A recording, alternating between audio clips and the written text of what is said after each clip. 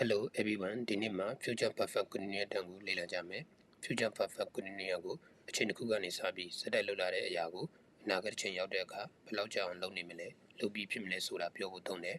Structure က subject will have been ပန်းအကြီးပုံစံဖြစ်တဲ့ by 2030 she will have been living there for 5 years 2030ရောက်တဲ့အခါဘယ်လောက်ကြာအောင်လုပ်ပြီးဖြစ်မလဲဆိုတာပြောတာ I will have been reading for 5 years by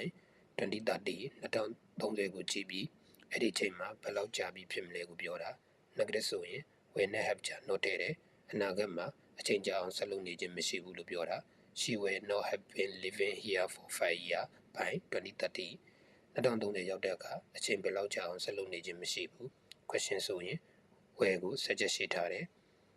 အနာဂတ်အချိန်မှာအချိန်ဘယ်လောက်ကြာအောင်လုပ်ပြီးဖြစ်မလဲဆိုတာမေးတာ will she have been living here for 5 years by